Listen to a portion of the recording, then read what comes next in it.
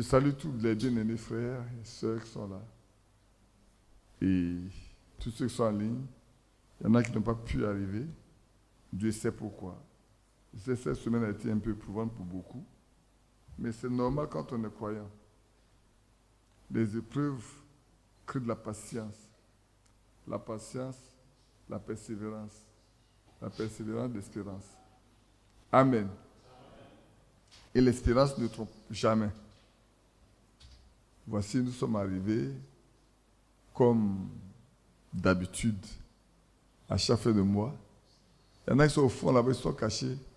Il y a de la place devant, personne ne veut venir devant. On ne sait jamais pourquoi est-ce que les gens n'aiment pas venir devant. Vous n'êtes pas dans les stades d'examen où on est derrière pour tricher, non? Hein? Venez un peu devant. Qu'est-ce qui fait qu'on a peur de s'asseoir devant? C'était dans ce cinéma-là où vous êtes devant pour bien regarder les films, non? Maintenant qu'on ne vous donne plus le cinéma, que Dieu nous bénisse.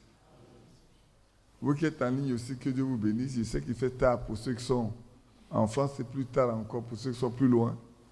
Si nos sœurs du Canada et nos frères des États-Unis nous suivent, ça va faire très tard chez eux là-bas, il y a près de 6 à 7 heures de décalage. Ils font des efforts pour nous suivre. En France, ça fait 2 heures de décalage. Et si vous avez quelqu'un qui est en Chine, ça fait aussi près de 7 heures aussi. Vous voyez, beaucoup font des efforts pour suivre. Moi, je connais une dame, quand on faisait nos cours, elle avait 10 heures de décalage pour passer son examen. Pour passer un examen pour un diplôme, il y a 10 heures de décalage. Elle en avance de 10 heures sur nous autres. Vous comprenez, non? Quand on a cours, prenons le cas où il y avait des cours à 17 heures, mettez 10 heures dedans. Ça fait quelle heure pour elle chez elle le matin? Vous êtes déjà à 3 ou 4 heures du matin là-bas. Elle est obligée de se lever pour suivre les cours avec vous. Si c'est le matin, vous calculez également. C'est très tard vers le soir. Pour un diplôme, les gens font de grands sacrifices. Pour le ciel, nous faisons très peu de sacrifices. Je ne sais pas si vous comprenez. Pour avoir un diplôme, pour chercher du travail, il y en a qui font de grands sacrifices. On avait quelques-uns aussi qui étaient au Canada en ce temps-là. Il y a près de 6 heures de décalage. Ils sont en retard, ils sont en retard sur nous. Donc, vous voyez, non? Il y en a qui sont obligés de se lever le matin, très tôt, pour suivre les cours, pour le diplôme qu'ils ont passé. Mais pour aller au ciel, on a l'impression qu'on doit nous demander pardon. Je disais à quelqu'un, vous savez, si on est malade, c'est dans la maison de Dieu qu'on vient chercher la guérison. Mais nous, quand on est malade, on cherche la guérison à la maison. Et prenons courage qu'une façon, beaucoup d'efforts pour que nous sachions que c'est dans la maison de l'Éternel qu'on vient chercher la guérison. C'est faux. Quand Anne, la maman de Samuel, où elle a trouvé, où la maman de Samuel a pu trouver ou obtenir la promesse qu'elle aurait un enfant. C'est à la maison ou bien c'est dans le temple? C'est dans le temple. Elle venait chaque fois, mais cette fois-là, elle est venue, elle était tellement meurtrie qu'elle a passé son temps à prier au pot. Il lui dit, mais fais passer ton vin. Elle pensait qu'elle a bu. Elle dit, je suis une femme perverse. Je fais passer ma douleur devant Dieu. Il dit, mais vas-y, Dieu a écouté ta prière.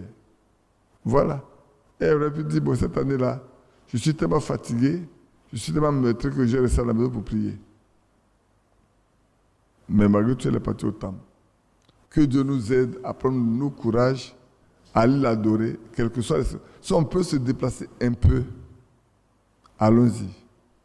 La fois dernière, je disais, il y a des gens qui parcourent des distances de longues distances, sous la neige, sous la pluie, sous le mauvais temps, et ils vont adorer Dieu.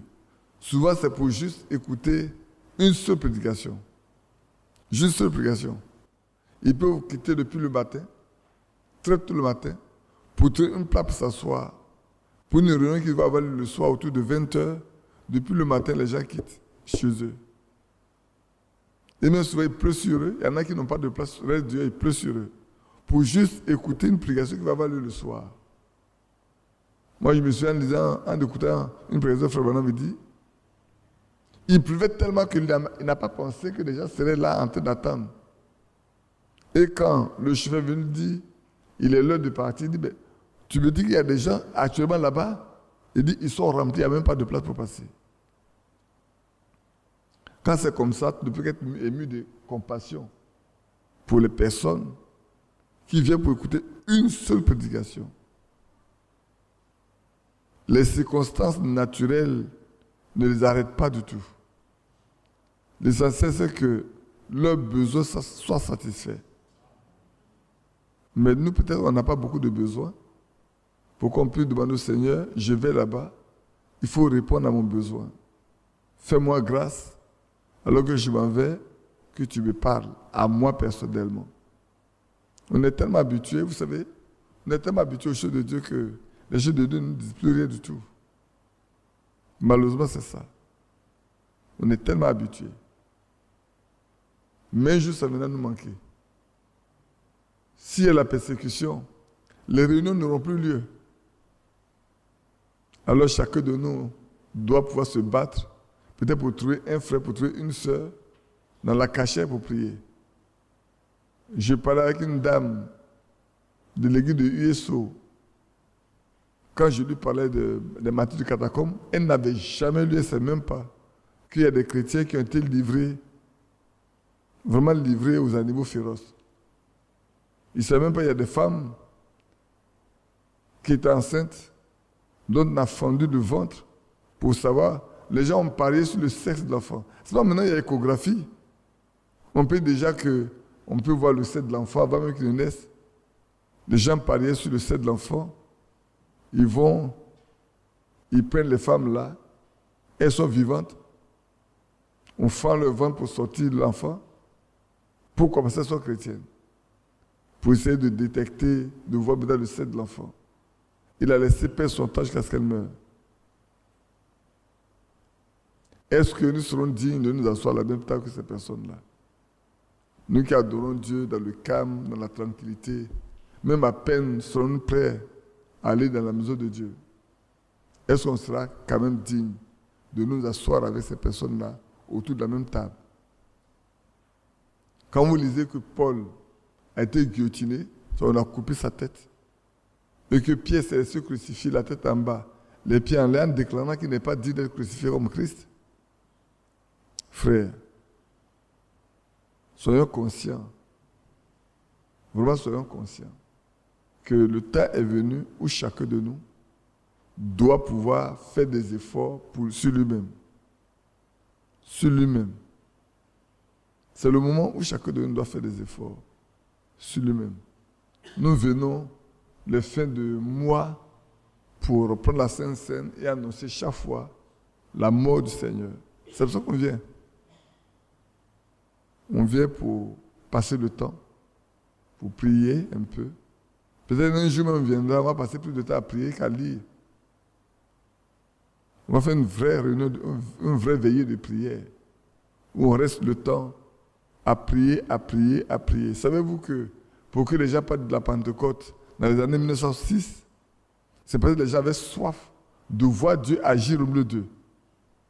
Alors un groupe de personnes ont dit, à la Pentecôte, là, après le Saint-Esprit descendu, les gens ont vu des miracles dans la vie des croyants.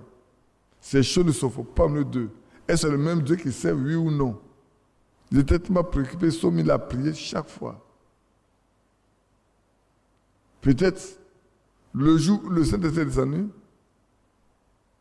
il y en a qui ont dit ce jour-là, certainement, oh, je suis un peu fatigué. Oh, je suis tellement fatigué aujourd'hui. Je vais reporter à demain. Demain soir, je bandirai.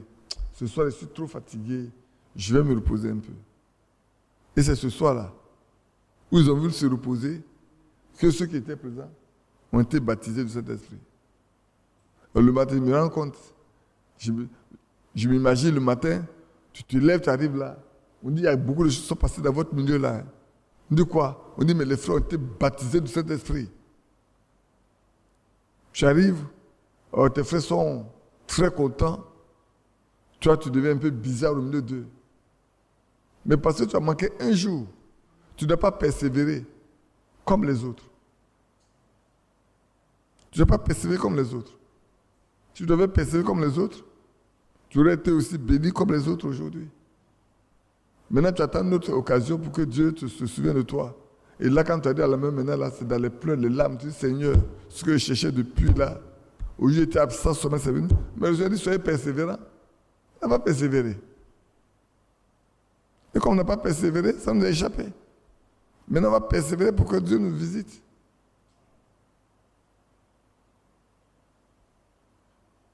Vous êtes là, on a chanté en deux chemins de la vie, toi, non? On n'a pas chanté ça? Quand je rentrais, c'est ce qu'on chantait, non? Entre deux chemins, là, joue et toi, je prends celui de Jésus. Le chemin du Seigneur n'est pas un jour un chemin fleuri. J'ai l'habitude de dire que ce n'est pas un chemin fleuri. C'est un chemin d'épines, de difficultés. J'étais avec ma femme à une visite d'une sœur. Et la sœur disait à une jeune fille qui travaille avec elle, celle qui a de Dieu, se dit, le chemin large là, beaucoup trouvent le chemin large. Mais le chemin étroit, le chemin rocailleux là, très peu le trouvent. C'est pour ça que la Bible dit, il y a beaucoup d'appelés, mais peu d'élus. Très peu d'élus. Il y a beaucoup d'appelés. Hein. Même dans le message là, on est dedans. C'est tellement qu'il y a peu d'élus, très peu d'appelés. Qui sait si cette nuit là, le Seigneur ne viendra pas? Personne ne sait. Qui sait si demain matin le Seigneur ne viendra-t-il pas? Personne ne sait. Nous courons seulement. Mais gardons les yeux sur le but. Ne nous arrêtons pas de courir. Aussi longtemps qu'il n'est pas encore venu, ne nous arrêtons pas de courir, chers frères. Courons simplement. Jusqu'à ce qu'il vienne. Et le jour où l'enlèvement aura lieu, alors on pourra se reposer. Mais ici-bas n'est pas un lieu de repos. Ça c'est vrai, ici n'est pas un lieu de repos. Croyez-le, ce n'est pas un lieu de repos ici. C'est un lieu de combat, de persévérance, de lutte. On doit lutter tous les jours.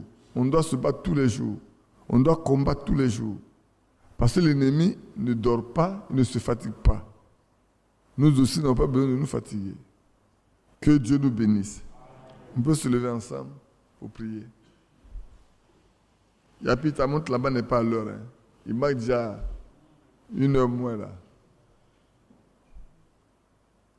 Si on regarde cette montre-là, on va se tromper. Bien-aimé Père Céleste, sois remercié, sois loué pour l'opportunité que tu nous donnes de nous retrouver encore à la fin de 7 mois devant ta face. Il y a à peu près 30 jours, nous étions là, notre Dieu, notre Père, et tu nous as parlé, tu nous as instruits. Seigneur, nous sommes venus encore devant ta face. Oh Père Tout-Puissant, David pouvait dire, une des pavis vaut mieux que 1000 ans ailleurs. Mais Seigneur, est-ce que c'est-il valable aussi pour nous aujourd'hui? Avoir 1 heure avec toi. Tu as même fait le reproche à tes disciples dans le jardin d'Éden. Tu dis, vous n'avez pas pu veiller 1 heure avec moi. Seigneur, donne-nous de pouvoir veiller 1 heure seulement avec toi. De passer ce temps dans ton parvis. Parce que nous savons que là, tu bénis. Non pas, tu ne bénis pas dans notre maison, mais tu bénis.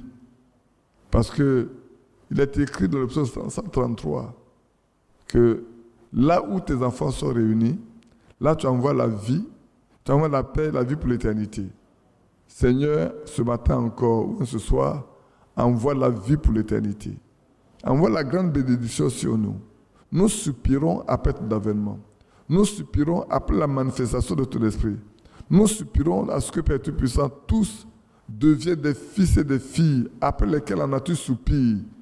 La Bible dit que la nature soupire après la manifestation des fils de Dieu. Seigneur, fais de nous des fils et des filles à la gloire de ton nom. Dimanche passé, je disais, le fils d'un chien est un chien. D'un coq, c'est un poussin ou un poulet. D'un bœuf, c'est un bœuf. D'un lion, c'est un lion. Le fils de n'importe quel type de créature par la nature de son père. Si nous sommes des fils de Dieu, nous devons être semblables à toi en toutes choses. Père céleste, aussi viens au secours de chacun de nous. Que ta nature soit en nous. Que nous soyons des fils et des filles. Par exemple, tu as dit, ne touchez pas ce qui est impur. Ne vous mélangez pas. Ne vous mettez pas sur des rapports injustes. Mais dépouillez-vous, éloignez-vous de tout ce qui est injuste, de tout ce qui est sûr. Sanctifiez-vous, purifiez-vous. Venez à moi. Vous êtes pour moi des fils et des filles, et c'est pour vous un Père, ô Dieu. Et l'apôtre Paul de Corinthe dit, si nous avons de telles promesses, nous devons nous sanctifier, nous purifier de tout sur de la chair et de l'esprit. Que ce soir encore, Seigneur, tu nous parles, afin que nous soyons purifiés de tout sur de la chair et de l'esprit, et que nous servions à ta gloire. Bénis ceux qui sont en ligne, qui écoutent, ceux qui font ces efforts pour nous écouter, pour nous suivre. Je me souviens une fois où une sœur a suivi la veillée, et elle était tellement qu'on a dit même les cantiques, quand on voit les cantiques, on voit la présence, on sentait la présence de Dieu. Elle qui était à l'extérieur sentait la présence de Dieu. Après, tu as raison, nous qui étions dedans. Ce soir encore, Seigneur, quoique les choses semblent très lentes, très lourdes, toi, tu peux nous réveiller. Ta présence peut suffire pour changer le cours de cette veillée. Interviens, Seigneur, et agis en notre sein pour marquer ta présence. Maintenant que nous approchons de ta parole, notre Père Céleste, viens et instruis-nous. Viens et parle-nous. Viens et enseigne-nous. Parce que c'est le temps, Père Tout-Puissant, où nous devons être remplis de la connaissance de ta parole, afin de pouvoir la vivre. Sois loué et remercié. Y a-t-il des malheurs au milieu de nous, Seigneur? Nous nous souvenons seulement d'eux en disant, guéris-les. Souviens-toi d'eux et délivre-les. Si un pécheur, que le temps lui soit donné de te connaître et d'être sauvé parfaitement. Seigneur, si un incrédule également, qu'il soit soumis et ramené à l'obéissance de la foi. Agis simplement de nous et conduis-nous dans la lecture de ta parole pendant ce temps jusqu'au matin, sois avec nous, au nom de Jésus-Christ. Amen. Amen. Asseyez-vous.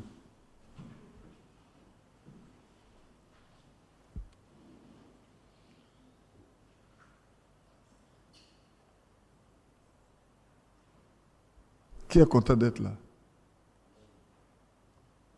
Moi aussi, je suis content, même si c'est lourd. C'est vrai. Quand je venais, je ne savais pas de quoi j'allais parler avec vous. Depuis Abidjan, je m'interrogeais. Quelqu'un pourrait dire, mais tu es en train d'étudier, être conduit, tu peux venir ici et puis bon, mais on poursuit. C'est ça, non? Mais je n'ai pas pensé comme ça. Je n'ai pas pensé comme ça. J'ai dit, mais Seigneur, de quoi on va parler? Et puis, avant de quitter, ma femme me dit, mais tu ne prends rien d'autre avec toi que ta Bible, tu ne lis pas une seule brochure, tu ne prends pas de brochure et tout. J'ai dit, oui, tu as raison. Et puis, je suis allé m'asseoir et dit, mais qu'est-ce que je vais prendre? Et puis, j'ai regardé parmi les prédications de Frère Branham traduites par Frère Franck en audio. J'ai regardé dedans, j'ai choisi une prédication, puis je l'ai imprimée. Et quand je suis arrivé que je lisais cela, j'ai lu cela un peu. Je suis arrivé hier soir, un peu fatigué. On a essayé de le faire Yapi jusqu'à 22h. Je me sentais tellement fatigué. J'ai dit à Frère Yapi, mais je vais me aller me coucher. Depuis on a prié ensemble, je suis rentré dans la chambre. Mais je ne me suis même pas endormi, j'ai passé le temps à lire jusqu'à minuit. Et puis après, bon, c'est pour ça que le matin ne m'a pas vu ici. Pour ceux qui viennent le matin pour prier, j'étais tellement fatigué, j'ai un peu dormi, un peu plus tôt, je suis à 6h du matin. J'ai dit, mais ça, les frères ont déjà fait de prier. Je ne vais pas les déranger. Donc, j'ai continué tranquillement à lire et à prier simplement. Mais en définitive, ce que j'ai pu avoir là, j'ai dû changer encore. C'est ici, je change tellement. Quand j'arrive ici, tout change. Je change tellement de prédication. Mais je pense que nous allons compter sur le Seigneur pour nous instruire simplement. Dans la tranquillité, dans la simplicité, laisser le Saint-Esprit nous conduire simplement. Prions que lui se vienne nous oindre afin que nous comprenions tous de la même manière. C'est ça qui est important aujourd'hui. Ne pas avoir de divergence, de compréhension des choses qui concernent le royaume de Dieu. Et c'est vrai qu'aujourd'hui encore, les doctrines ne sont pas connues de tous. Et tout le monde, même quand on parle de ceux qui sont les colonnes dans l'église de Côte d'Ivoire, on se demande si tout le monde partage les mêmes doctrines. Alors qu'en réalité, les colonnes doivent partager les mêmes doctrines. Ils doivent partager les mêmes doctrines. Si ceux qu'on appelle colonnes ne peuvent pas partager les mêmes doctrines, que seront ceux qui arrivent nouvellement? En quoi croiront-ils? Il ne peut qu'y avoir que désolation sur désolation. Parce qu'on ne croit pas la même chose. Parce qu'on ne comprend pas les choses de la même manière. Mais vous savez pourquoi ça fait comme ça?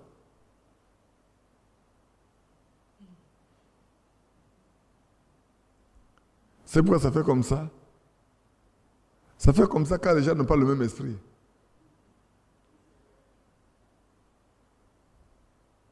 Quand les gens n'ont pas le même esprit, ils ne peuvent pas comprendre les Écritures de la même manière. Parce que le Saint-Esprit, c'est lui qui a écrit la parole de Dieu. C'est lui qui a inspiré depuis l'Ancien Testament jusqu'au Nouveau Testament. C'est lui qui inspire, non? La Bible dit que c'est poussé par le Saint-Esprit que les gens ont parlé de la part de Dieu. C'est vrai, non? Alors si le Saint-Esprit qui a poussé les gens à parler de la part de Dieu, si ceux qui sont là, qui pensent être des colonnes, n'ont pas le même esprit, ils ne peuvent pas parler le même langage. Voilà de quoi nous souffrons aujourd'hui. C'est ça qui fait les problèmes. C'est pourquoi, frère, vous devez prier pour que ceux qui vous conduisent aient le même esprit, dans la même église. S'ils n'ont pas le même esprit, ils ne peuvent pas avoir les mêmes doctrines, ils ne peuvent pas comprendre les méthodes de la même manière. Alors, on ne vivra que par apparence. On fait croire qu'on voit la même chose de la même manière, alors qu'au fond, ce n'est pas vrai. Que Dieu nous vienne au secours. Et priez que dans votre église, dans l'église d'Akouré, à l'épée, partout où vous êtes, vous qui conduisez les églises là, vous avez la même compréhension, la même manière de faire. Aujourd'hui, les gens sont plus assis sur les songes que sur l'écriture même. Et c'est malheureux souvent. Et souvent, les gens interprètent mal leurs songes. Et ils prennent des fausses positions par rapport aux songes qu'ils ont eus. Il y en a qui interprètent très mal aussi les songes. Mais c'est vrai que Dieu a dit, je parlerai par des songes, et par des visions, et par prophétie. C'est vrai, il parle tantôt d'une manière, tantôt d'une autre. Mais il faut que ce soit le Saint-Esprit qui fasse ce travail-là. Alors, comme j'ai enseigné une fois ici, à la loi et au témoignage. Sinon, il n'y aura pas il n'y a pas d'aurore. S'il n'y a pas de témoignage qui accompagne la loi, on n'aura pas de direction. Il n'y aura que malheur sur malheur. Mais il faut que le témoignage accompagne la loi.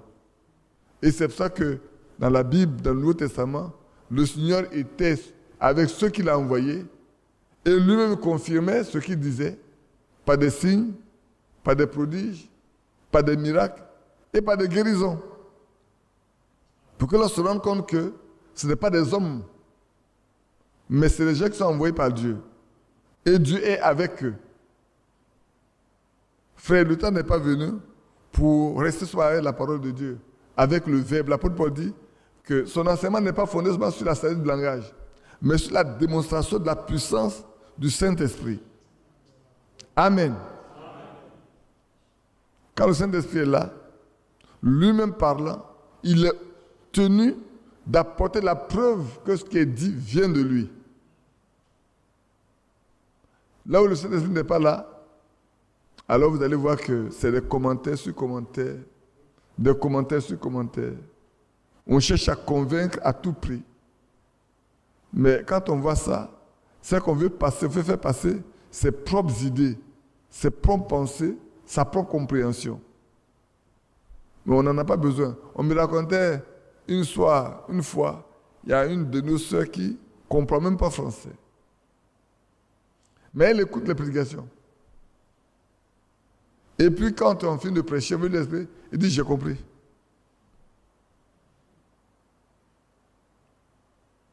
Quand on finit de prêcher, quelqu'un veut traduire, il dit, j'ai compris. Et puis il y a un autre qui a prêché. Quand on finit de prêcher, il dit, tu as compris? Non, je n'ai rien compris aujourd'hui. Celui qui a prêché, moi je n'ai rien compris. Pourtant la personne ne comprend pas français. Il dit, oui, je n'ai rien compris. Non, vous comprenez, non? Quand c'est Dieu qui travaille, tout le monde peut comprendre. Quand c'est les hommes qui travaillent, mais vous êtes obligé de faire tout pour que les hommes comprennent. Mais quand c'est Dieu qui travaille, il n'y a pas d'effort à faire. À la Pentecôte, l'apôtre Pierre n'a pas d'effort. Les gens disaient, ces hommes-là ne sont-ils pas des Galiléens? Comment se fait-il que nous les entendons dans notre propre langue maternelle? Il y avait des Crétois, les Arabes. Il y a toutes sortes de langues, les Romains, tout.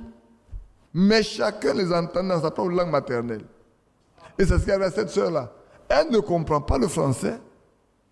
Mais quand on finit de prêcher, elle dit, j'ai compris. Et puis un jour, un autre prêche. On lui dit, ça va aujourd'hui? Non, ça ne va pas. Je n'ai rien compris. Celui-là, je n'ai pas compris.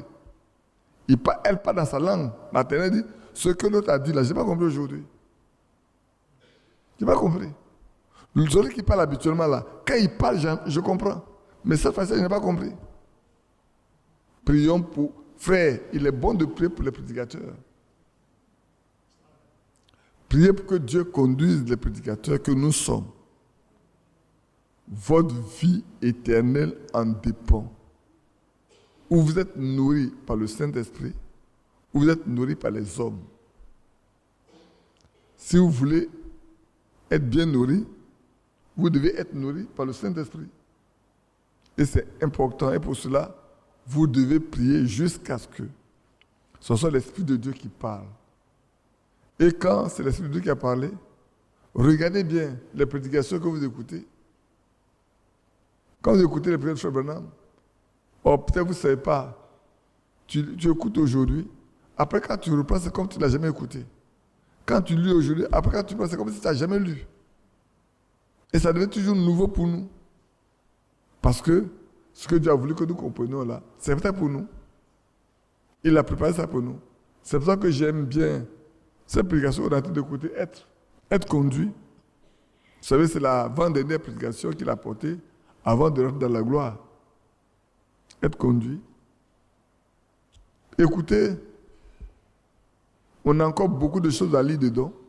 Je ne sais pas combien de mois ça nous prendra. On n'est même pas encore arrivé au loin. Mais il y a beaucoup d'enseignements que nous devons tirer. Et que Dieu aide chacun de nous. Amen. Si ça ne vous dérange pas, je peux vous lever encore un peu. Pour lire, pour le respect. Vous savez, les enseignants, ça comment ça se passe. Nous, on a été à l'école primaire ici. C'est mon école, mon ancienne école qui était là, qui est derrière nous là. Le lundi matin, on nous envoie au drapeau. Le salut au drapeau. C'est ça, non? Tous les lundis matins, on dit qu'il fallait saluer le drapeau. Ce matin, ce soir-là, nous allons aussi nous lever devant la parole de Dieu. Amen. Pour honorer la parole de Dieu. Là-bas, on partait pour honorer le drapeau du pays. On dit salut au drapeau. Les enfants, tout le monde se tient debout. Alors ce soir-là, on va honorer la parole de Dieu qui est au-dessus de tout. Prenez votre Bible. On va lire dans Romains chapitre 13. Je sais qu'on en a déjà parlé cette fois-ci. On va aborder ça un peu différemment.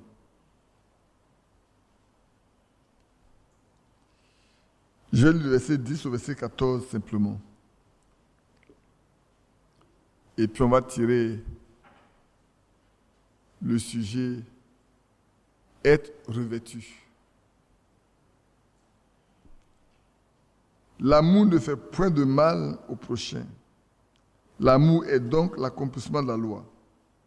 Cela importe d'autant plus que vous savez en quel temps nous sommes. C'est l'heure de vous réveiller en fin de sommeil, car maintenant le salut est plus proche de nous que lorsque nous avons cru. La nuit est avancée, le jour approche. Dépouillons-nous donc des œuvres des ténèbres et revêtons les âmes de la lumière. Marchons honnêtement, comme en plein jour, loin des orgies et de l'ivrognerie, de la luxure et de la débauche, des querelles et des jalousies. Mais revêtez-vous du Seigneur Jésus-Christ et n'ayez pas soin de la chair pour en satisfaire les convoitises. Amen. Que Dieu bénisse la lecture de sa parole. Vous pouvez vous asseoir. Alors je vous ai dit que je vais tirer de ce passage-là le thème « Être revêtu ». Mais on va commencer simplement à l'étudier. J'ai pris quelques versets pour qu'on puisse regarder ensemble avant de passer à la Sainte Seine. Je pense qu'il est 23h11. On fera tout simplement, rapidement, pour passer à la Sainte Seine. Si on doit poursuivre après, on va poursuivre puis laisser la place. Après, il y a puis les deux autres frères, s'ils ont quelque chose à dire. Je pense qu'ils ont quelque chose à nous dire et tout. Alors ici, nous revenons encore sur ce sujet assez important. Parlons d'abord du revêtement. Allons d'abord sur l'amour. L'amour est l'un des thèmes de la Bible qui est le plus important. C'est l'un des thèmes les plus importants de la Bible. L'amour. Sans l'amour, aucun de nous ne serait ici ce soir. Sans l'amour divin, sans l'amour du Seigneur, personne d'entre nous ne serait ici ce soir. Parce que personne n'est digne d'aller dans la maison de Dieu. Nous sommes tous des coupables. Nous sommes tous des pécheurs. Nous sommes tous des hommes qui méritent la prison, méritent la condamnation. Mais le Seigneur nous a aimés. Et son amour l'a poussé à donner sa vie pour nous. À notre place, il est parti à la croix.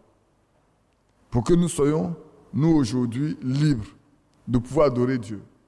C'est pour ça que l'apôtre Paul nous dit ici, l'amour ne fait point de mal au prochain. L'amour est donc l'accomplissement de la loi. Vous savez, dans la loi de Moïse, il y a 10 commandements. C'est ça, non? Mais vous allez vous rendre compte que le Seigneur nous donne un commandement. Et le commandement du Seigneur englobe toute la loi de Moïse. Quand on le lit, plus loin dit, regardez bien, l'amour ne fait point de mal aux personnes. L'amour est l'accomplissement de la loi. Si quelqu'un peut pratiquer l'amour, il pratique toute la loi. Il vit toute la loi s'il peut seulement vivre de l'amour. Maintenant, frère, il y en a qui vont dire, je ne tue pas, c'est vrai. Je ne vole pas, c'est vrai. Mais tu ne te mets pas en colère. Si tu te mets en colère, tu violes la loi. Au point où le Seigneur dit, même si quelqu'un dit, excuse-moi le thème, stupide ou imbécile à son frère, il mérite la GN. Il mérite la prison. Il mérite d'être jugé, condamné. Parce que l'amour t'empêche même d'insulter quelqu'un. De parler mal même de quelqu'un. De penser même mal de ton frère, même de ton prochain. L'amour doit te pousser à ne pas porter un faux jugement ni un faux témoignage envers qui que ce soit. L'amour doit te permettre de préserver ta langue de tout mal, tes yeux de toute convoitise, tes oreilles d'entendre les calomnies sur quelqu'un d'autre. Malheureusement, ces choses-là, ne les prenons pas à cœur. Nous ne tenons pas compte de ça. Et il poursuit, il dit, cela importe d'autant plus que vous savez, frères, c'est important ce qu'on lit ce soir encore. Ce temps est d'autant plus important que vous savez en quel temps nous sommes. Nous qui sommes de cet âge-là, nous savons en quel temps nous sommes. Nous sommes dans les temps les plus difficiles, les temps les plus complexes, les temps où l'hypocrisie est la plus grande, où la méchanceté est le plus élevée, Parce que nous sommes au temps où sont réunis les esprits qui étaient au temps de Noé et ceux qui étaient au temps de Lot. Nous sommes au temps où ces deux groupes d'esprits se sont réunis pour faire le plus de mal possible. Regardez toutes les nations, quasiment toutes les nations prennent des lois pour l'homosexualité. Ce que les gens n'aimaient pas avant. Les gens ne supportaient pas avant. Avant, quand on a une famille, quelqu'un est un homosexuel, mais il est mis complètement en index. Aujourd'hui, si quelqu'un dans votre famille est homosexuel, mettez-le en index, vous allez voir, on va vous mettre en prison. Parce qu'on parle de la loi des minorités. Mais en fait, la loi des minorités devient la loi de la majorité. Parce qu'on les défend plus que nous. Si toi aujourd'hui tu parles à quelqu'un que l'homosexualité est connue par la Bible, par Dieu, mais toi tu es passible de la justice. On doit t'envoyer en justice et te condamner. Voilà où on en est aujourd'hui. En d'autres termes, les démons sont tellement descendus sur la terre que la parole de Dieu est foulée aux pieds. Nous sommes dans le temps le plus difficile, mes bien-aimés frères. La fois dernière, j'écoutais la radio, je crois que c'est quand je venais hier, ou avant-hier, je crois, où on parlait de la maladie des singes, de quelque chose des singes. Et cette maladie, comment? La variole des singes. Et c'est une maladie qui se produit entre les homosexuels. Donc on est en train de chercher le vaccin, ça y est là, il faut les vacciner rapidement. Il faut tout faire pour éteindre cette maladie au milieu d'eux. J'ai dit, c'est bien fait pour vous. Dieu doit vous juger jusqu'à la fin. C'est une maladie qui est pour eux seulement. Ça ne contamine pas quelqu'un d'autre. Hein. C'est eux seulement. C'est une maladie sexuellement transmissible. Mais cette maladie, la transmission se fait seulement entre les homosexuels.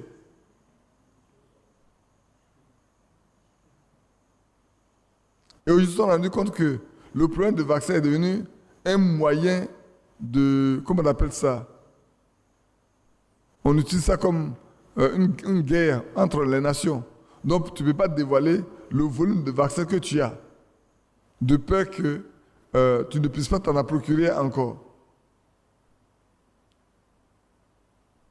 Donc, tout le monde cache tout à l'autre, tout en sachant que tu cherches à comprendre ce que l'autre a. Mais ils ont la maladie. Seigneur, envoie d'autres maladies encore au milieu d'eux. Parce que je vais vous dire une chose, frère. La plupart des gouvernants sont des homosexuels. C'est pour ça qu'ils sont obligés de prendre des lois pour se protéger.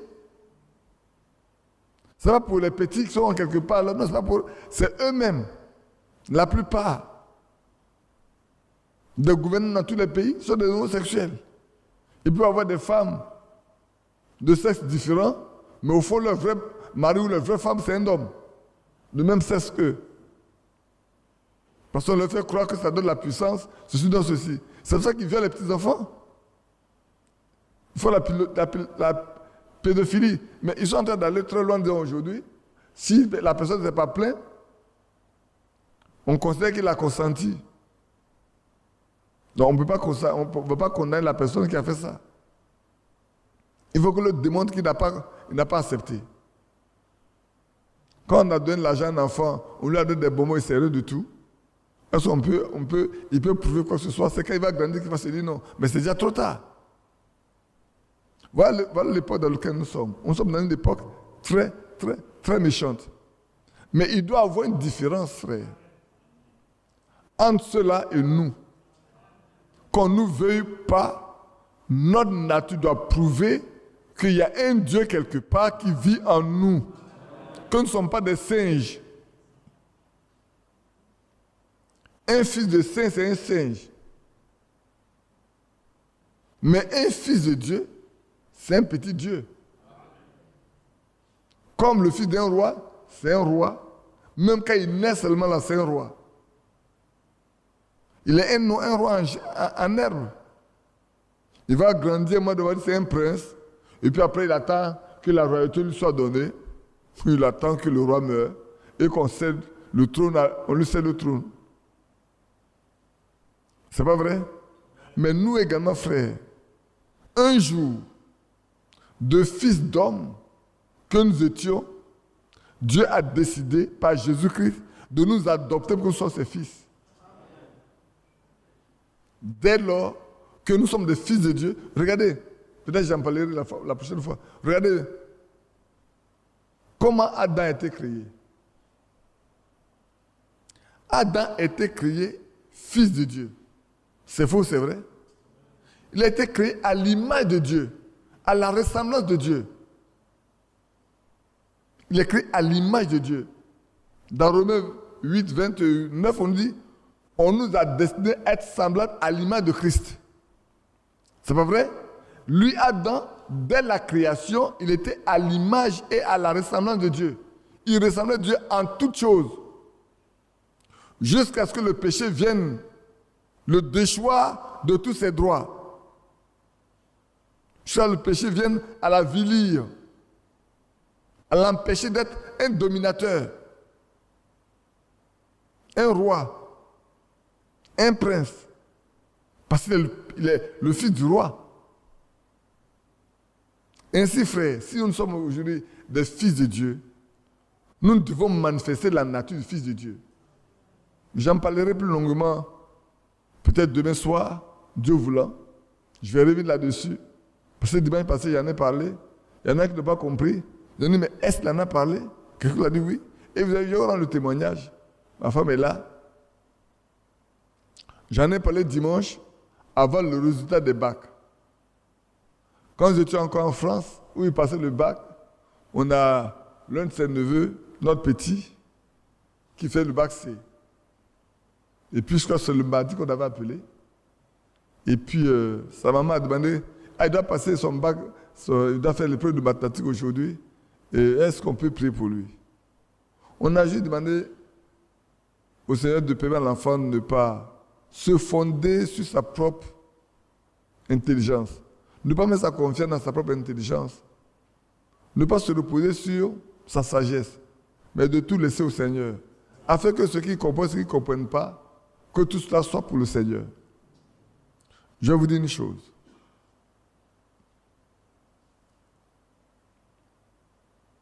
L'enfant est parti à l'examen. Sur 5 questions, qui fait en tout 20, il a traité seulement 3. Et l'une des questions qu'il n'a pas traitées devait être notée sur 4.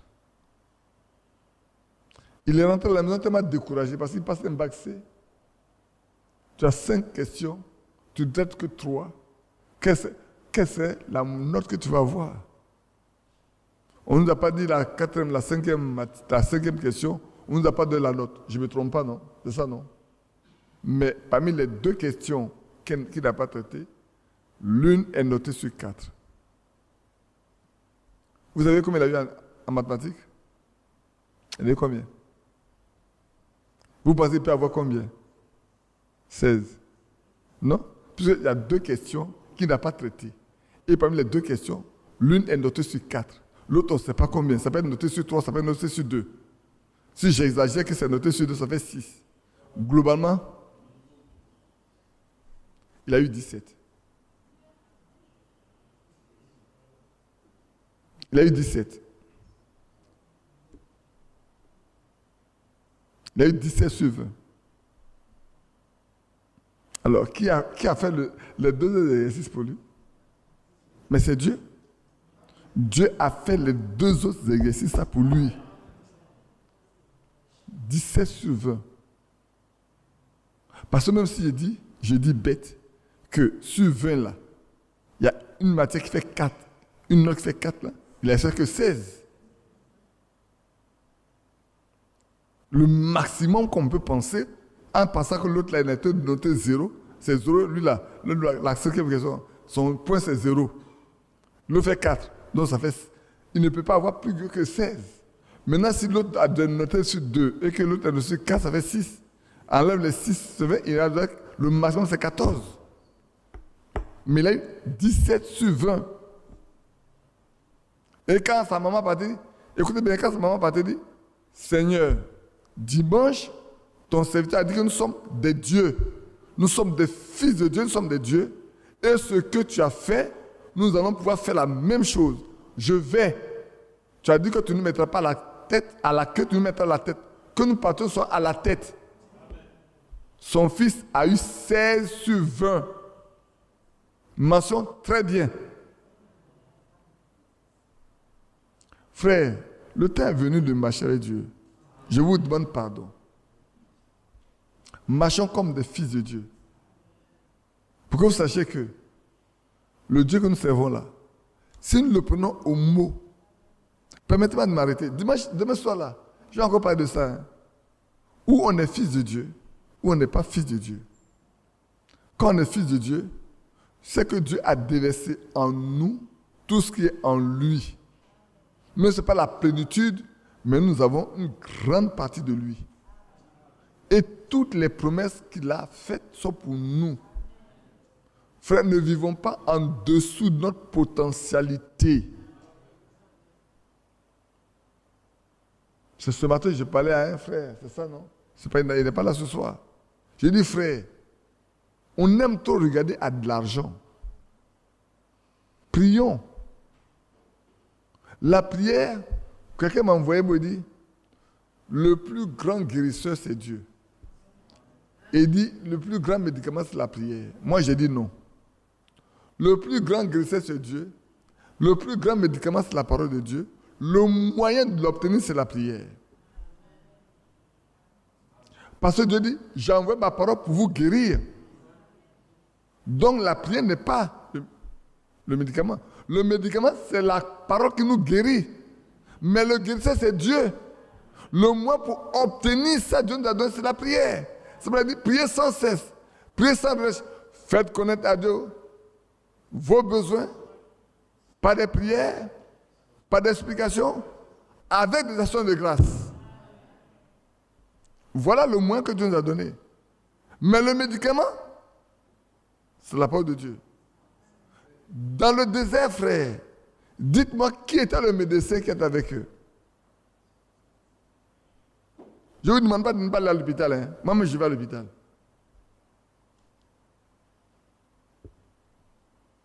Mais au désert, là, pendant 40 ans, qui était le médecin au milieu d'eux?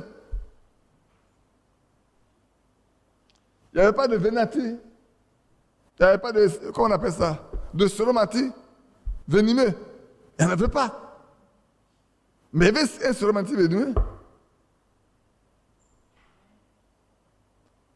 Le serpent d'airain était le serpent venimeux.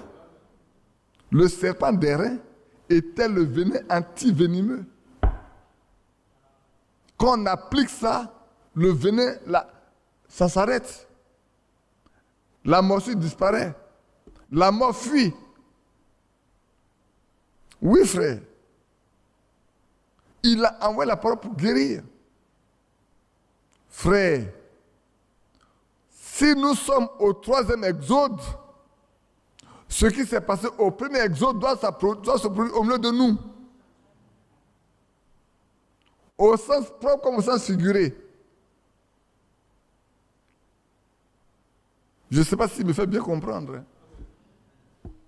Si nous sommes au 3e exode, ce qui a été au premier doit pouvoir être au dernier. Si on est fils de Dieu, on doit pouvoir faire comme le Fils de Dieu. Frères, sœurs, le temps est venu de bien comprendre qui nous sommes pour pouvoir rentrer en possession de tout notre héritage. Ça a été déjà acquis pour nous. Rien n'est laissé de côté. C'est nous qui vivons en dessous. C'est nous qui ne sommes pas capables. C'est comme si on a rempli un compte de plein d'argent, on nous a donné un chèque blanc, un chèque. Et on ne veut pas signer le chèque pour prendre ce qu'il y a dedans. Personne ne va venir signer le chèque pour vous. Hein. C'est à vous qu'on a donné le chéquier. C'est comme si vous avez une femme avec vous, vous avez de l'argent, si vous avez de l'argent dans votre compte, vous leur donnez un chéquier, et puis vous partez en voyage. Et puis, il n'y a plus rien à manger à la maison, tout le monde est malade à la maison, mais elle n'est pas capable de signer le chèque pour aller prendre l'argent, pour aller couvrir les besoins. C'est la faute à qui?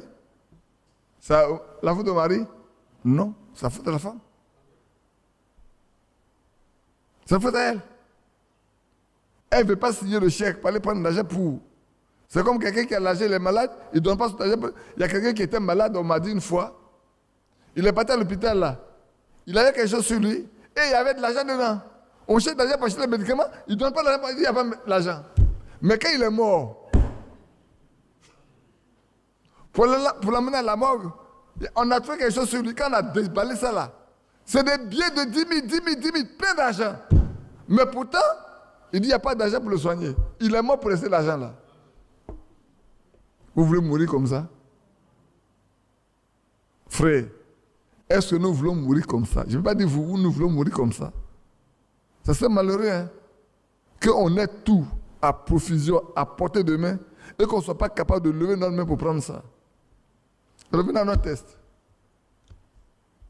Il n'y a plus beaucoup de versets, hein? Mais je viens aller doucement, doucement. Vous avez su, moi, nous sommes des prédicateurs atypiques. On ne sait pas réciter où.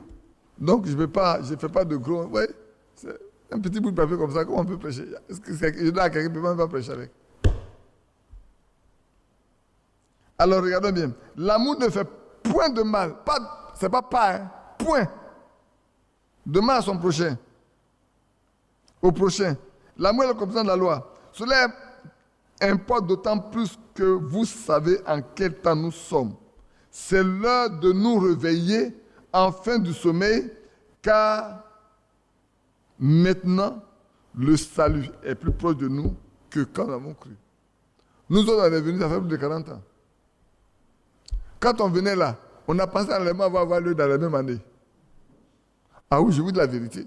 Nous, on pensait que l'enlèvement aurait lieu dans la même année. Et peut-être lui connaît, Yapi connaît. Le frère Jérémie Zirimba qu'on avait, il se faisait passer pour le 8e prophète. On était tellement contents qu'on a quelqu'un qui va nous aider, avec qui on va passer à l'enlèvement. C'est plus tard qu'on a compris les Écritures que c'était faux et qu'on le lui a dit en face. On pensait à l'enlèvement avant Dieu. Est-ce que vous pensez qu'en 78 à 77, je pensais que l'enlèvement va arriver aujourd'hui, en 2023? Non! Mais nous voilà en 2023. Peut-être on va penser que c'est en 2023. Ce n'est pas encore vrai. En 2025, qui sait? Bon. Peut-être en 2024, probable. Mais il y a des éléments qui ont été donnés qui ne sont pas encore accomplis, qui font qu'on est là. Mais ça peut s'accomplir en quelque temps. Hein? Et bien aimés frères, voilà pourquoi aujourd'hui nous devons nous laisser apprêter. Nous devons nous laisser apprêter. Et puis de deux. Permettez-moi d'être un peu plus direct. Frère, que je meure aujourd'hui, ou que je meure demain, ou que je vis qu'à l'enlèvement, je ne serai pas enlevé si les conditions à remplir pour être enlevé me trouvent vivant. Est-ce que j'espère bien comprendre? Je n'ai pas compris. Si je ne remplis pas les conditions qu'il faut remplir pour être enlevé, même si je vis qu'à l'enlèvement, je ne serai pas enlevé. Je ne peux pas de l'enlèvement. On peut chanter l'enlèvement. On peut écrire l'enlèvement. On peut danser l'enlèvement. Mais si les conditions à remplir pour être enlevé là, tu n'accomplis pas complètement ces conditions, tu ne les remplis pas, même le jour où l'enlèvement aura lieu, tu ne seras pas parti. Maintenant, tu peux mourir aujourd'hui, tu peux mourir demain, tu peux mourir après-demain. Si les conditions pour participer à l'enlèvement là, tu ne les remplis pas avant de mourir, tu ne vas pas ressusciter pour être enlevé.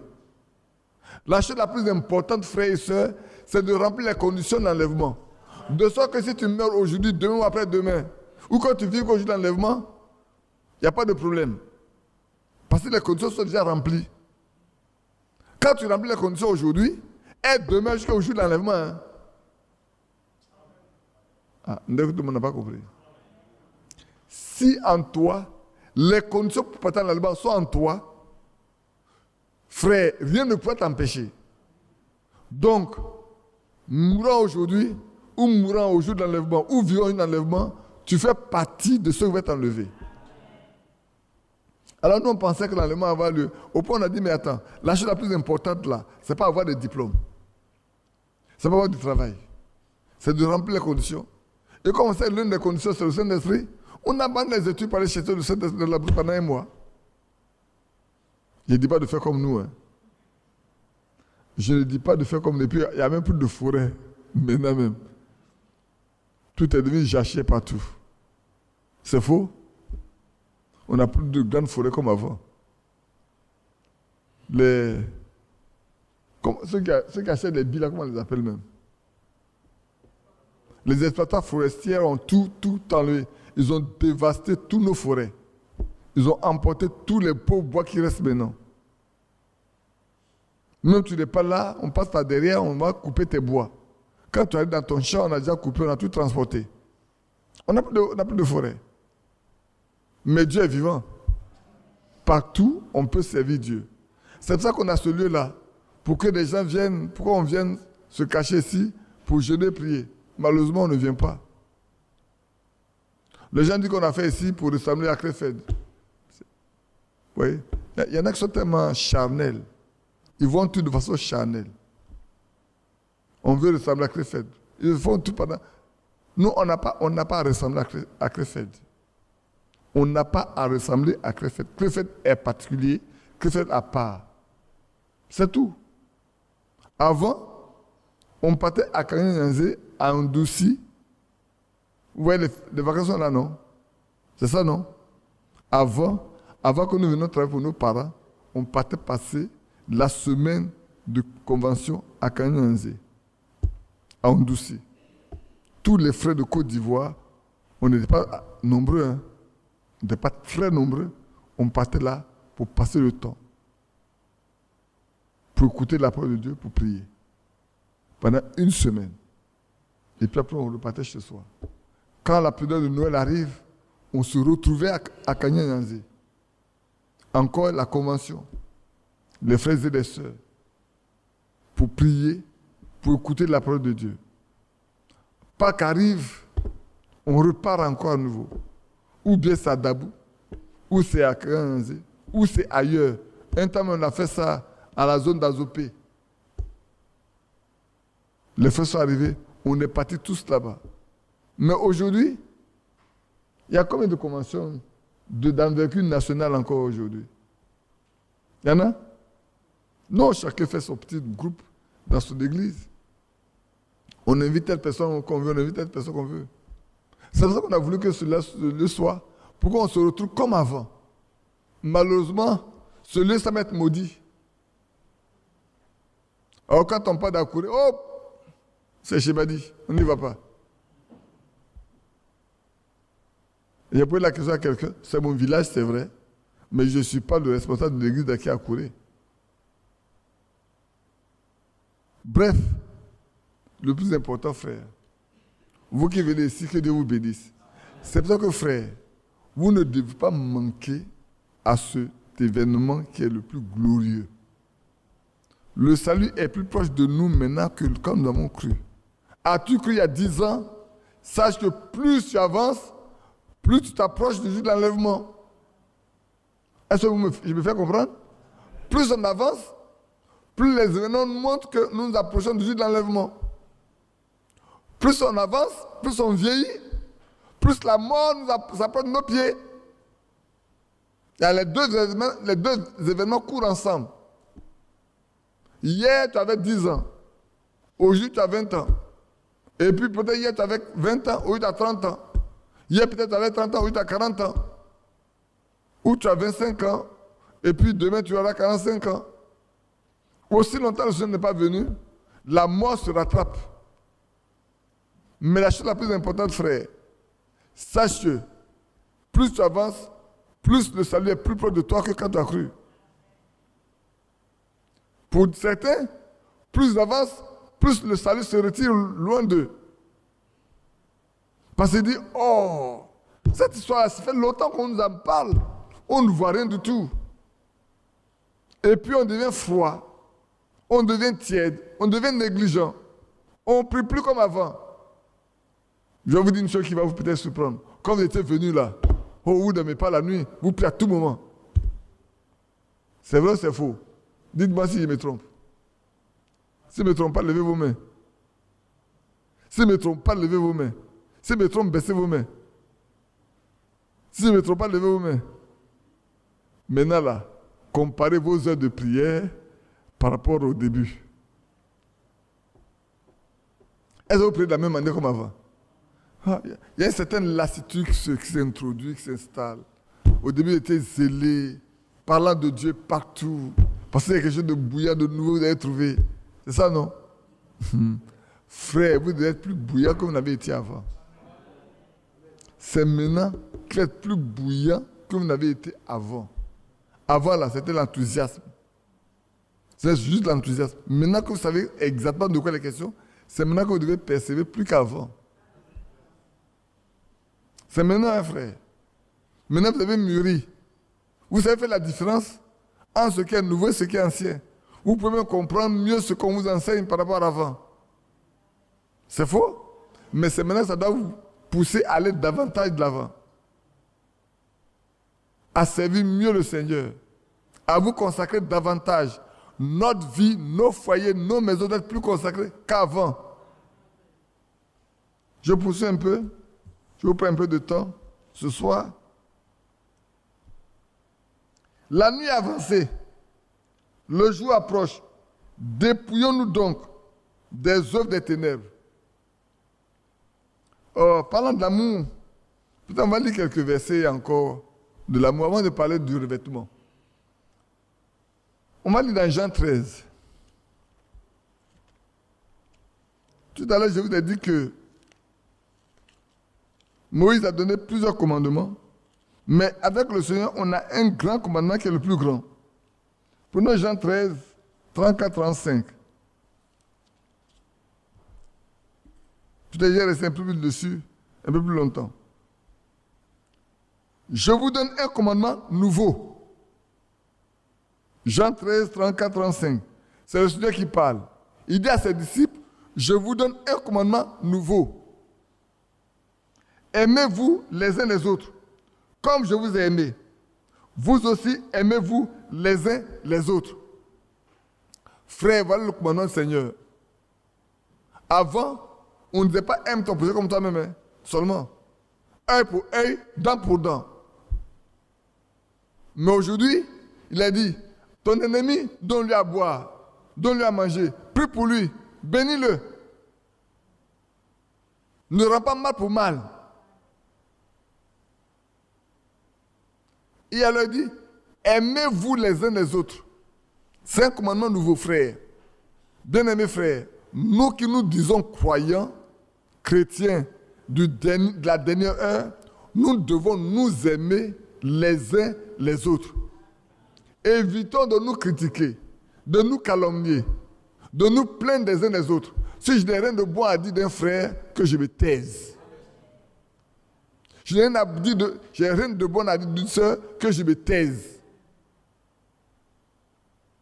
N'oubliez pas ce verset que j'aime bien. Au jour du jugement, tout homme rendra compte de toute parole vaine qu'il aurait prononcée. Au jour du jugement, frère, ma soeur, tout ce que tu as dit se trouvera devant ta face. Tu ne pourras pas échapper à ça. Peut-être tu as dit des choses, tu ne fais pas attention, mais ce jour-là, quand on te donne ça, tu seras en train d'attendre ça enregistré.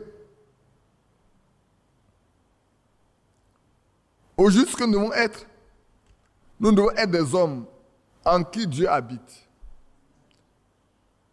Il parle pour nous, lui-même. Il agit pour nous, lui-même. Il est en nous, c'est lui qui agit, c'est lui qui parle, c'est lui qui fait toutes les œuvres en nous. Aujourd'hui, frère, c'est comme ça qu'on doit vivre. Nous ne devons plus vivre. Lui, il doit vivre sa vie en nous. Nous utiliser en parlant pour nous, en marchant avec nous, en nous conduisant, en nous dirigeant, en prenant les décisions à notre place. Nous prenons les décisions nous-mêmes. C'est lui qui va prendre les décisions à notre place. Dans le temps dans lequel nous sommes. Le chrétien n'est pas celui qui va à l'église et qui vient s'asseoir. Le chrétien, c'est celui qui va à l'église quand il sort, il dit, Seigneur, me voici, envoie-moi, fais de moi ce que tu veux. Prends ma vie et contrôle ma vie. Dirige ma vie. Que ma langue ne me serve pas, que toi tu utilises ma langue. Tu mes lèvres, mes oreilles, mes yeux. Voilà ce que doit être le chrétien aujourd'hui. On dit être chrétien, c'est être comme Christ. On chante ce cantique-là, non? Ô rends-moi semblable à toi, fais de moi ce que tu voudras. Tout mon cœur est à toi, ô Jésus mon roi. Ô rends-moi semblable à toi. On chante ça. Hein? Quand on est ensemble, on chante ça bien. Mais quand on n'est pas ensemble, ça ne se chante plus là. Ça ne doit pas être seulement un chant, ça doit être une prière. Une demande au Seigneur de nous rendre semblables à lui. De qu'on soit comme lui. Je vous donne un commandement nouveau. Aimez-vous les uns les autres. Comme je vous ai aimé, aimez-vous. Le Seigneur nous dit une chose. Il dit, comme moi je vous ai aimé. Je n'ai pas tenu compte de ce que vous étiez. De comment vous étiez. De comment vous viviez. Moi, je n'ai pas regardé à tout ça là. J'ai mis tout en oubli. Je vous ai aimé. Et je vous ai pris tel que vous êtes. Prenez-vous aussi tel que vous êtes, entre vous. Acceptez-vous tel que vous êtes. Et priez les uns pour les autres. Pour que vous soyez un seul corps. Je ne sais pas si je me fais bien comprendre. Si je ne me fais pas bien comprendre, que quelqu'un lève la main pour dire, frère, je n'ai pas compris. Frère, c'est le temps où chacun de nous, je répète, dans vos foyers, tout à l'heure, il a pu me faire rire un peu. Un matin, il s'est levé et il est parti chez une soeur alors que son mari est parti au travail. Et puis il dit à la soeur, j'espère que ce matin-là, ton mari ne t'a pas giflé. Hein? Elle dit non, non, non. Il n'y a pas de problème, mon mari ne m'a pas giflé. Et puis le soir, le mari quittant le travail passe chez lui. Il dit, frère, il s'est passé ce matin un problème entre ma femme et moi. Je ne peux pas aller à la maison sans que quelqu'un aille lui demander pardon. Il dit, mais qu'est-ce qui s'est passé? Il dit, ce matin, on a fait par là, je l'ai giflé. La femme le matin a dit, non, que mon mari ne m'a pas giflé. Qui a poussé Yapi à aller chez eux à la maison? Ce n'est pas Dieu. Et quand il est arrivé là-bas, il n'a pas dit autre chose. Il dit, ce matin, ton mari ne t'a pas giflé. Yapi savait ce qui s'est passé le matin? Non. Mais l'Esprit de Dieu était présent. La femme a dit, il n'y a pas de problème, mon mari ne m'a pas giflé. Vous allez me dire, elle a menti. Non, elle a couvert son mari. Mais comme Dieu sait tout, le mari, pourquoi il n'est pas parti prendre quelqu'un d'autre? Il vient prendre Yapi. Il vient Yapi, ah, ce matin-là, ce qui s'est passé n'est pas bon, j'ai giflé ma femme. Je veux que tu viennes pour aller demander pardon à ma femme, parce qu'il ne veut pas rentrer à la maison comme ça. Et puis il arrive à la maison, il pose la question à la femme. Il est là, hein? Je dis ça, il est là.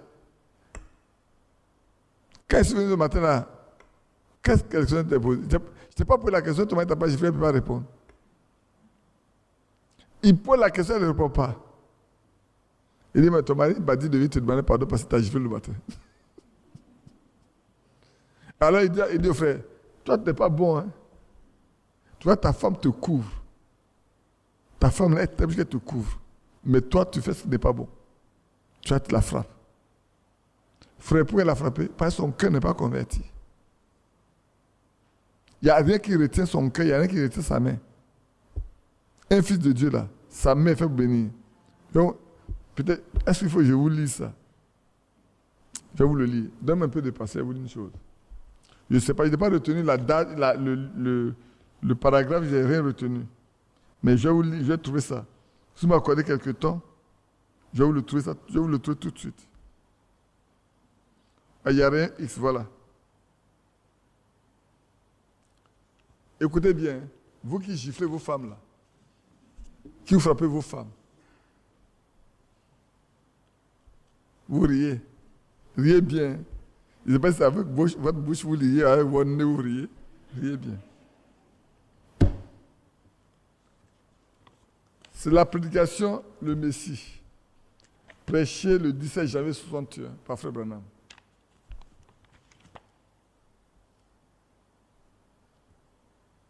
Il dit, bien, nous sommes faits de lumière. En nous, il a la lumière cosmique.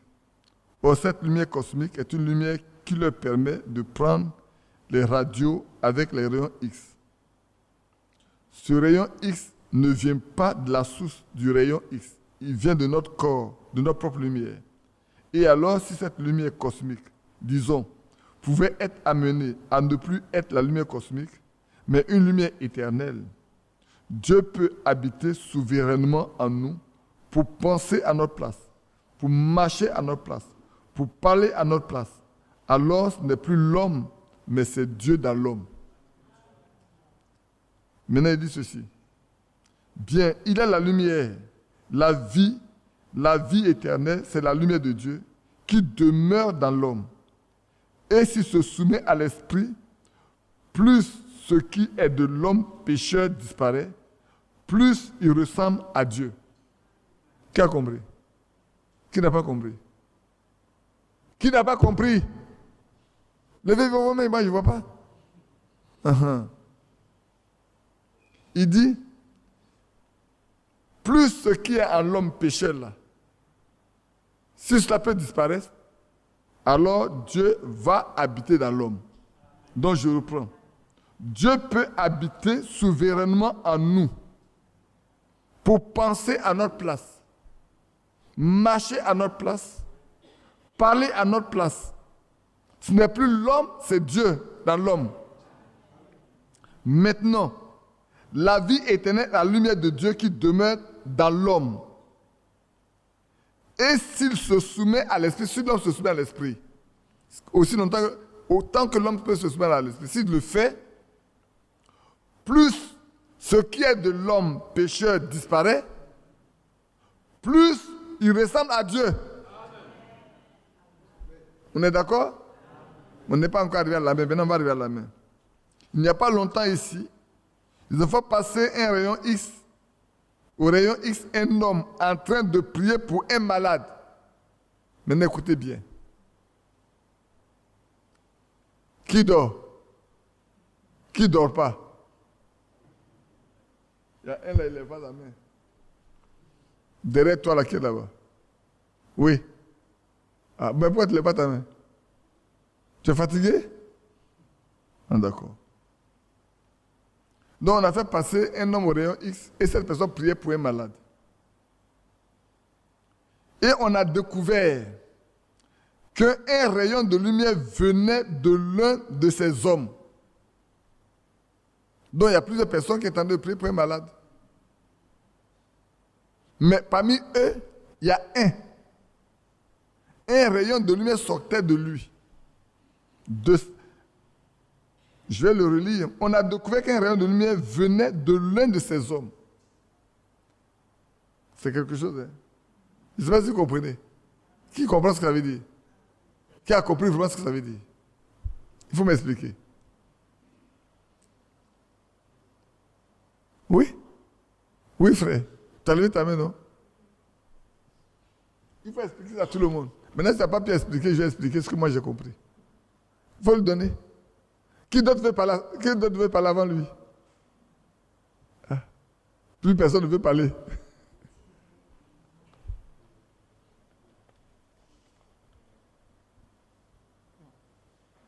Il a dit qu'il y a une lumière qui sortait d'une personne parmi tous ceux qui priaient pour le malade. Bon, ça typifie la puissance de Dieu qui sortait d'une personne au milieu de tout ce peuple-là. Ça veut dire aussi que ce frère était sincère. C'est un vrai chrétien. Bon, que Dieu te bénisse. Ce qu'il a dit est vrai, mais la réalité est celle-ci. C'est que ce n'est pas de tous les hommes, et ce n'est pas tous les hommes que Dieu emploie. Je ne sais pas si vous comprenez. Ce n'est pas tous les hommes que Dieu emploie. C'est pour ça qu'il faut éviter de se faire imposer les mains n'importe comment. Ça doit vous permettre de comprendre. Alors je vais continuer. Pas de tous. Mais les mains de l'un de ces hommes émettaient un rayon de lumière quand on a placé une feuille de plomb sous la main de cet homme. Un rayon de lumière sortait de sa main. Il dit, en Angleterre, on a envoyé les guérisseurs, comme on les appelle, dans tous les hôpitaux, il y a eu 80% de gens guéris, plus par la guérison divine que par les soins médicaux. Qui a compris? Qui aime les médicaments?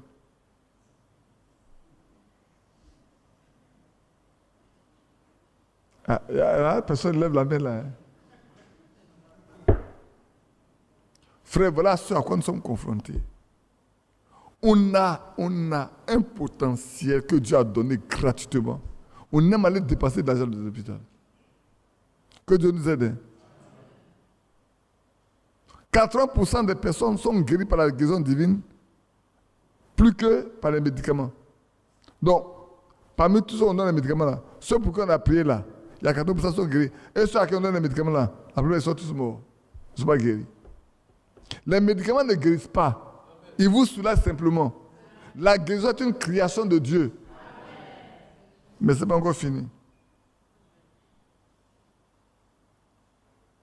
On a trouvé qu'il y avait un rayon de lumière. Quand cet homme, sans savoir qu'on faisait passer le rayon, qu'on faisait cela, il a posé sincèrement ses mains sur un autre homme et a prié avec ferveur.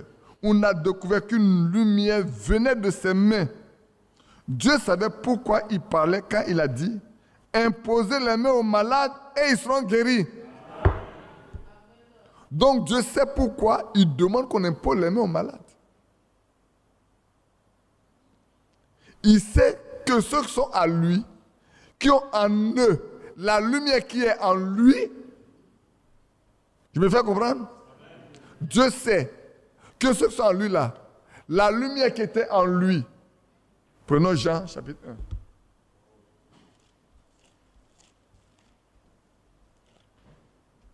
Prenons Jean chapitre 1. Comme ça, vous allez comprendre.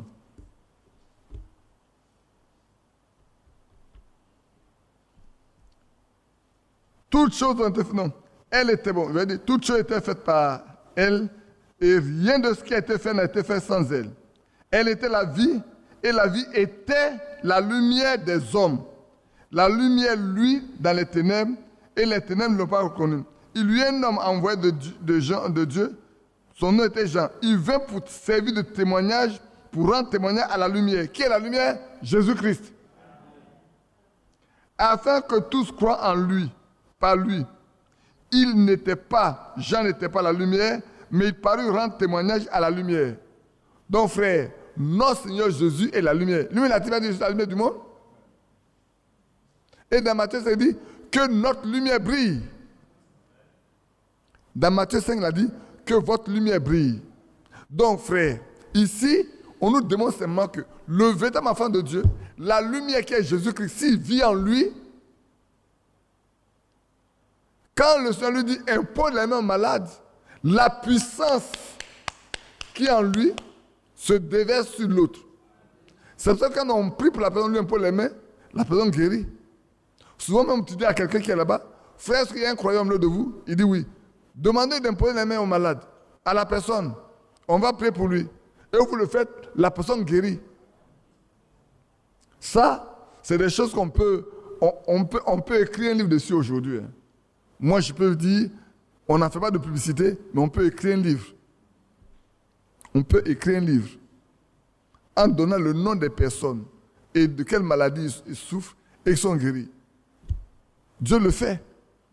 Et ceux à qui on a imposé la main aux malades, à qui on a imposé les mains et que celui a guéri. Aujourd'hui, on découvre simplement que les choses même qui ne sont pas visibles à l'œil nu, Dieu montre aux gens que c'est vrai par la science.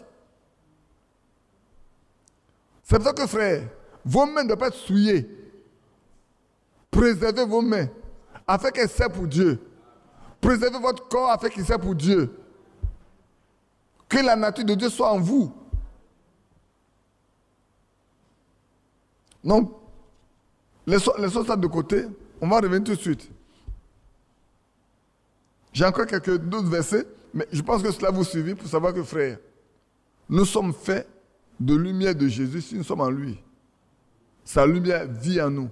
C'est pour ça qu'à la Pentecôte, là, il s'est divisé en langue de feu pour habiter chacun.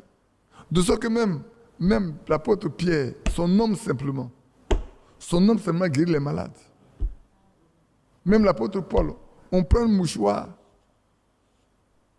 comme ça, on prie, on prend pour aller imposer à quelqu'un, les démons sortent, les malades guérissent. Il y a plusieurs expériences, mais je vais parler de celui du fils de Matthias, son fils Joseph. Je parle de Kenewe Matthias, de Pougon Kouté. Non, de Pougon Kouet. Quand son enfant est né au Burkina, l'enfant est tombé malade et on ne trouvait pas ses veines pour lui passer une transfusion sanguine. Matthias est vivant. Moi, il ne parle pas derrière les hommes. Vous pouvez lui demander. Les MBDC, quoi, 6 MBDC sont passés. Personne n'a pu passer une aiguille dans les veines de l'enfant pour qu'on lui passe le médicament. Moi-même, j'étais à la maison. Je souffrais de palu. Je priais et puis mon téléphone sonne. Je prends, c'est Matthias. Il dit, ah, papa, ton petit-fils est en train de mourir. On fait tout, on n'arrive pas à trouver ses veines pour lui passer une transfusion, c'est pas sanguine, mais lui passer un sérum. J'ai dit, tu as un mouchoir avec toi? Il dit, oui. Tu l'as étudié? Il dit, non. J'ai dit, je vais prier. Tu prends le mouchoir, tu vas imposer ça à l'enfant. Côte d'Ivoire, Burkina. Ce n'est pas Abidjan, Gagnoua, hein? Côte d'Ivoire, Burkina. J'ai prié pour l'enfant, j'ai pris sur le mouchoir qui tenait à main. Il est parti parmi les médecins, il s'est glissé, il a imposé ça à l'enfant. Il a dit, je te l'impose au nom de Jésus. Il y a une sage-femme, une sage-femme qui était là, qui suivait ce que Matthias a fait. Et puis un autre médecin s'est détaché, il arrive là-bas. Il dit, mais qu'est-ce que tu vas pas? Il dit, mais on prie autrefois. Quand il est arrivé là, la veine est sortie comme ça. Il a mis aiguille. La dame a regardé et dit, monsieur, qu'est-ce que vous avez fait? Il dit, vous avez fait quelque chose. Dis-moi ce que vous avez fait. Il dit, j'ai mon père qui est en Côte d'Ivoire. Je lui ai dit que son petit est en train de mourir. Il a prié sur ce mouchoir-là. C'est ce que je lui ai imposé. La femme a cru. Allez demander à Matthias. Frère, Dieu fait de grandes choses, mais dans la simplicité. C'est pour ça que nous devons être consacrés. Nous devons lui appartenir à part entière. Corps, âme et esprit, soyons au Seigneur, frère. Corps, âme et esprit. Tout à l'heure, je vous ai dit non. Dieu peut habiter souverainement en nous pour penser à notre place, pour marcher à notre place, pour parler à notre place. Alors, c'est plein d'hommes qui marchent, c'est Dieu dans l'homme. Frère, c'est ce que Dieu veut que nous soyons. Dieu veut que nous soyons des hommes en qui il vit pour parler, pour penser, pour agir, pour faire tout à notre place. Dieu peut le faire pour que nous nous offrons à lui. Ma soeur, c'est la même chose. Ce n'est pas pour l'homme seulement, hein, mais pour nous tous. Nous sommes appelés fils et filles de Dieu. Alors, continue un peu avec l'amour encore. Je vais lire un autre. On va continuer. Dans Jean 13, là, allons rapidement. Et puis, dès qu'il est minuit, je vais devoir arrêter ça pour passer à la Sainte Seine. Et puis après, on va poursuivre. Je n'ai même pas encore passé deux écritures. Donc, à ceci, le verset 35. Tous connaîtront que vous êtes mes disciples, si vous avez l'amour les uns pour les autres. Le signe que le Seigneur a donné aux croyants, pour que les incroyants connaissent qui vous êtes, c'est que l'amour soit évident au milieu de vous. L'amour soit tellement réel que les gens se rendent compte que ceux-là, vraiment l'amour qui est au milieu de là, on ne le trouve nulle part ailleurs. Mais ça ne peut pas venir comme ça, frère. Il faut que la nature de Dieu soit en nous. Le Seigneur l'a dit. Mais il faut, c'est pour ça que, frère, ce passage s'accomplit à la lettre. Vous savez que ça s'accomplit à la lettre, non? Vous ne savez pas que ça s'accomplit à la lettre? Vous ne savez pas. Je vais vous le lire. C'est écrit dans Actes. Allons dans Acte 3. Allons dans Acte 3. Vous y êtes?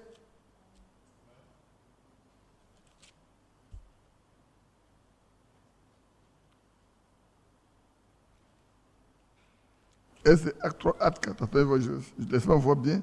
Je ne me trompe pas. C'est Acte 4. Acte 4, 32.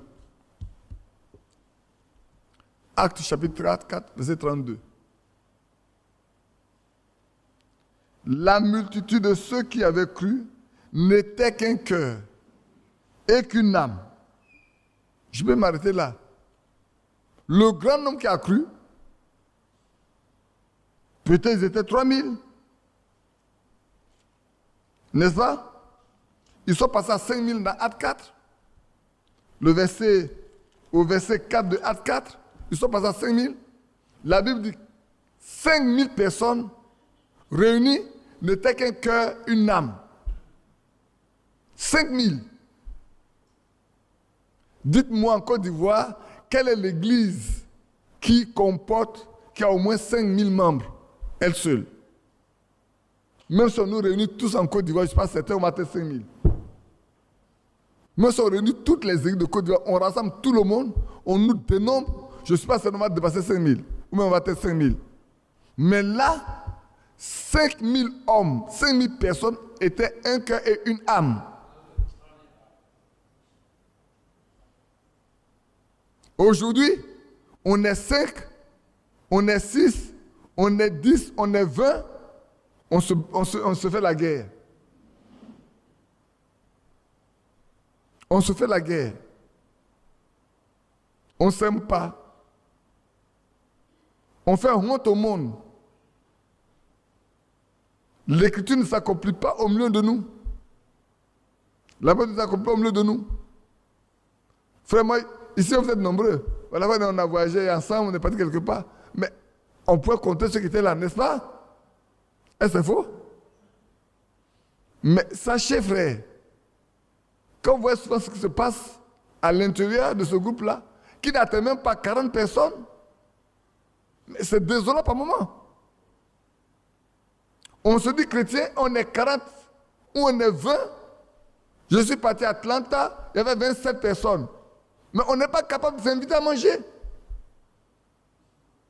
27 personnes. On n'est pas capable de les inviter à manger. On n'est pas capable de prendre la dîme pour dire, frère, aujourd'hui allons manger ensemble. On n'est pas capable. Vous pouvez me dire la mouille au milieu d'eux? Vous pouvez me dire c'est des chrétiens? Vous pouvez me dire qu'ils sont un? Mais ils ne le sont pas du tout. Même aujourd'hui, au milieu de nous, frères, ça doit changer, frère. Ça doit changer. Ça doit changer. La multitude, 5000 personnes, ils étaient un cœur et une âme. On le lit, mais peut-être on ne fait pas attention. Ça doit nous faire honte. Si 5000 personnes sont un cœur et une âme, quand on est 30, qu'on ne peut pas être un cœur et une âme, mais c'est une honte. Je m'en vais plus loin. Quand dans un foyer de chrétiens, monsieur, madame, les enfants peuvent s'entendre, c'est une honte. 5000 personnes sont un cœur et une âme. Mais là où il y a 2, 3, 4 personnes, c'est une division. C'est une honte. On prétend être chrétien.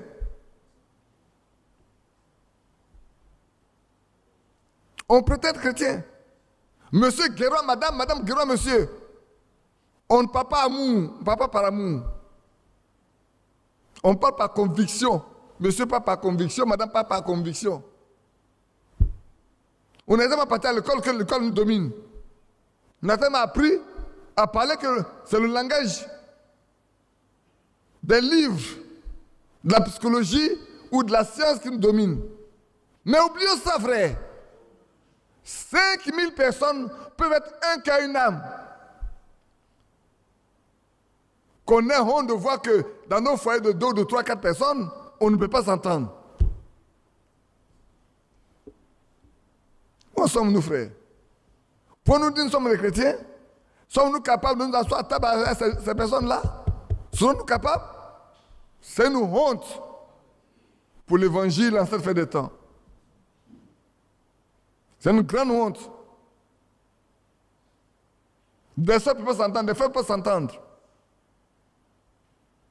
Des soeurs ne peuvent pas parler amour, les frères ne peuvent pas parler amour entre eux. Ici, 5000 personnes. Quand vous le lisez, ça ne vous fait pas honte? Moi, ça me fait honte. Ici, en Côte d'Ivoire, sommes-nous réunis? On ne peut pas faire 5000, je ne suis pas certain. Mais réunissons-nous. Vous allez voir tout de suite. Réunissons-nous tous dans un seul endroit. Je vais vous dire, avant 1 heure de temps, il va y avoir la collecte va s'éclater.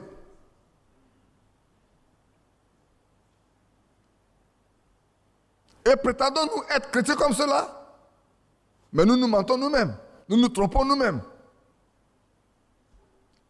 Si le Seigneur venait aujourd'hui, on ne serait pas capable de s'asseoir à la même table qu'eux. Pourtant, on lit le même, on lit, hein. Quand on lit, on a regardé la multitude de ceux qui avaient cru. Est-ce que nous avons cru, nous? Voilà la première question qui se pose. Ceux qui avaient cru étaient un cœur, une âme. Mais nous, avons-nous cru vraiment? Pourquoi nous ne pouvons pas être un cœur, une âme, nous aussi? Puisqu'on est peu nombreux par rapport à eux. On est moins nombreux qu'eux. Plus ils sont nombreux, ils entendent. Mais nous, plus on est moins nombreux, plus on se hait. On se haïsse les uns les autres. On se déteste les uns les autres. Comment pouvons-nous montrer que nous sommes de Christ, car il nous dit que c'est par amour qu'on nous reconnaîtra comme ses disciples?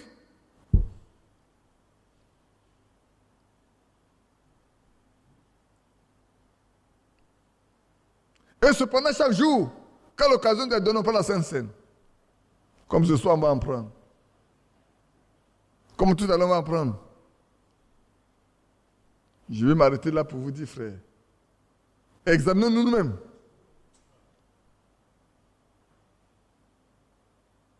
Examinons-nous nous-mêmes. 5000 personnes étaient une âme. Quand tu prends la Sainte Seine, alors c'est parfait.